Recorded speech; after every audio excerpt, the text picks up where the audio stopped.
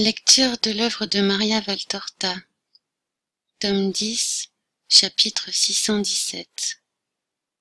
La résurrection. Vision du dimanche 1er avril 1945, jour de Pâques. Je revois la joyeuse et puissante résurrection du Christ. Dans le jardin, tout n'est que silence et scintillement de la rosée. Au-dessus, le ciel devient d'un saphir de plus en plus clair.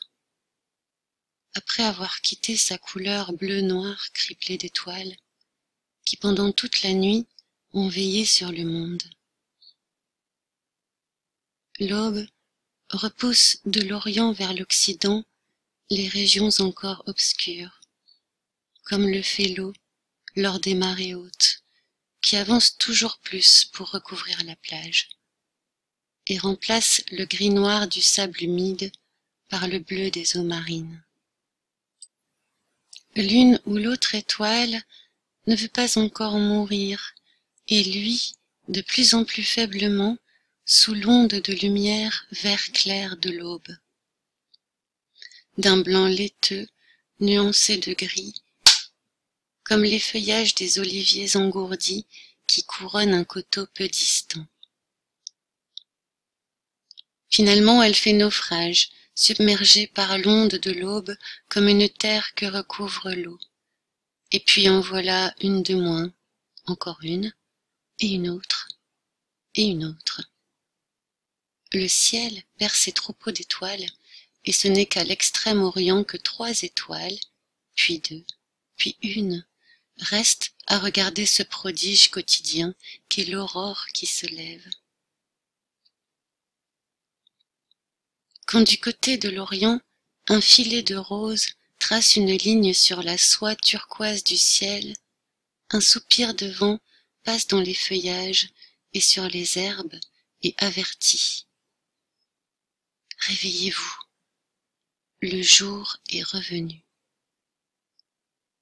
Mais il ne réveille que les herbes et les feuillages qui frissonnent sous leurs diamants de rosée et ont un bruissement ténu, mêlé à l'arpège des gouttes qui tombent.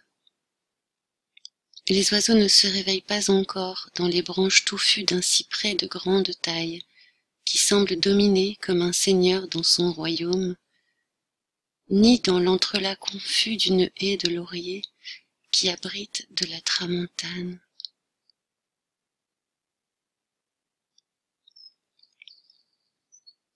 C'est dans des poses variées que les gardes, transis de froid, gagnés par l'ennui et ensommeillés, veillent sur le tombeau.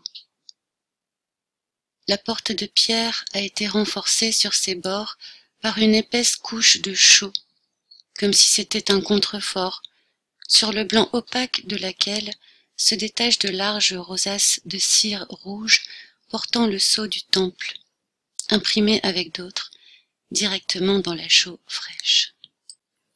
Les gardes doivent avoir allumé du feu pendant la nuit, car on voit encore de la cendre et des tisons mal éteints sur le sol. Ils ont aussi joué et mangé, car je vois, répandus sur le sol, des restes de nourriture et des osselets bien polis, qui ont servi certainement pour quelques jeux, comme notre jeu de domino ou nos billes. Ils ont pour cela utilisé un échiquier rudimentaire tracé sur le sentier. Puis ils ont tout laissé en plan par lassitude et essayé de trouver des positions plus ou moins commodes pour dormir ou veiller. À l'Orient, une étendue rose s'agrandit de plus en plus dans le ciel serein, où, par ailleurs, il n'y a pas encore de rayons de soleil. C'est alors que surgit de profondeurs inconnues un météore resplendissant qui descend, telle une boule de feu à l'éclat insoutenable, suivi d'un sillage rutilant qui peut-être n'est que le souvenir de son rayonnement sur notre rétine. Il descend à grande vitesse vers la terre, en répandant une lumière si intense, si fantasmagorique, à la beauté si effrayante que la lumière rosée de l'aurore en est éclipsée et disparaît.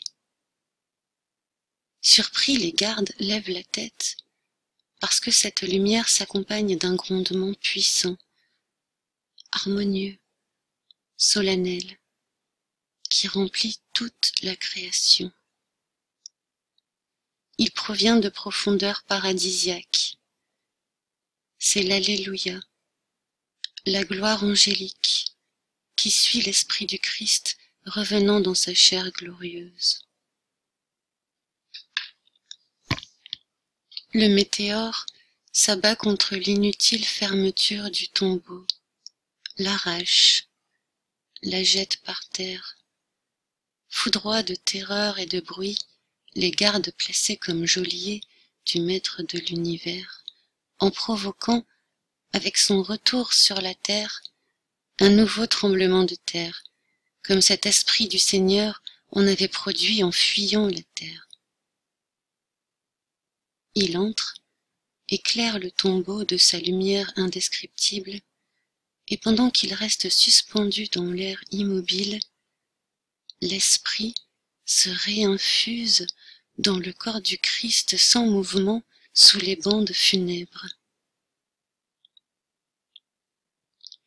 Tout cela se passe non en une minute, mais en une fraction de minute, tant l'apparition, la descente, la pénétration et la disparition de la lumière de Dieu a été rapide. Le je veux du divin esprit à sa chair froide n'a pas de son. L'ordre est donné par l'essence à la matière immobile. Aucune parole n'est audible par l'oreille humaine. La chair reçoit le commandement et lui obéit en poussant un profond soupir.